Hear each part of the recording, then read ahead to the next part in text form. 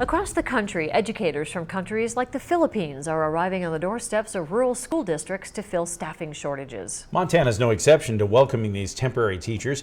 MTN Investigates' Keely Van Mindendorp joins us now with more on this growing issue. That's right. There doesn't seem to be any data on just how many foreign nationals are teaching in schools around the state.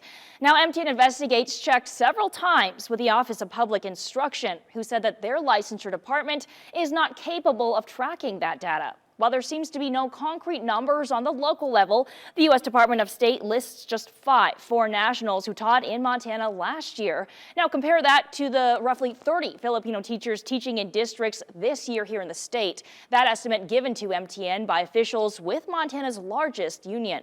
Now, while some think what looks like an influx of foreign educators is a good thing, others aren't so sure. I dug deeper into the issue.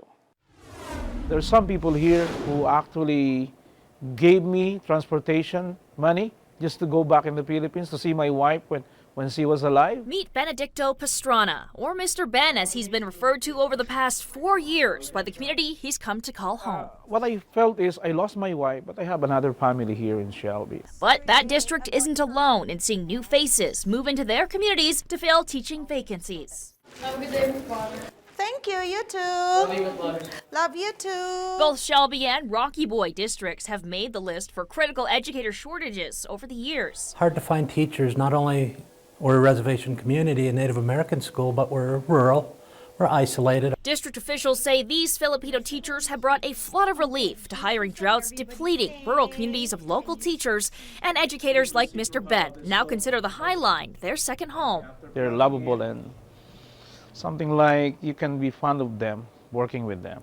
But not everyone is feeling the love. It seemed combative. An email sent in 2017 highlighted concerns from the state union's top official after a Filipino teacher opted out of paying dues to support her family still living overseas. It wasn't just, oh, I'm sorry to hear that you're leaving. It was more of, you have Filipino teachers? How many? Why do we have them? Are they licensed? MTN Investigates found all 4 Filipino teachers did have their proper licenses and certifications to teach in the district that year. We then followed up with MFPE President Eric Fever, who said the union fights for teacher benefits across the board. And I was very sorry to see them go because we're representing them regardless of the fact they're from the Philippines. He'd like to see this as a pathway to citizenship as it stands now, but says the J1 program only hurts recruitment and retention efforts, which hinge directly on the union's fight for better teacher pay and benefits. That's a very different thing than to talk about a temporary workforce from someplace else that will work for a different wage scale than maybe the folks that we want to keep there forever. Shelby officials say they would love to hire teachers who stay for decades, but that's not the reality they're facing right now. The fact of the matter is, I hire a lot of Montana teachers, and they work for 2 or 3 years for me, and then they leave. Fever says it's up to the state to provide more resources to recruit and retain local educators. It costs to employ teachers in Sunburst. Turner has 3 Filipino teachers. There are 10 teachers in Turner. Or in some cases, the districts themselves to figure out a better way. Maybe Turner just needs to figure out how to pay teachers better. We are doing everything that we can with the limitations placed upon us to provide the best possible education for our students that we can. And this would become very good. When it comes to all Montana students, Fever says a push for diversity from within state borders is needed over help from outside the U.S. We need more Native American faces in front of students in our classrooms.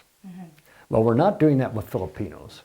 We're not doing it with folks who look like me either. Rocky Boy is also hoping to employ more Native American educators after a new program down the road aims to graduate more teachers from tribal backgrounds. They'll have 6 graduates this summer, so we've actually got an open pipeline now. In the meantime, the district has found at least one long-term solution. So I am now a very happy green card holder.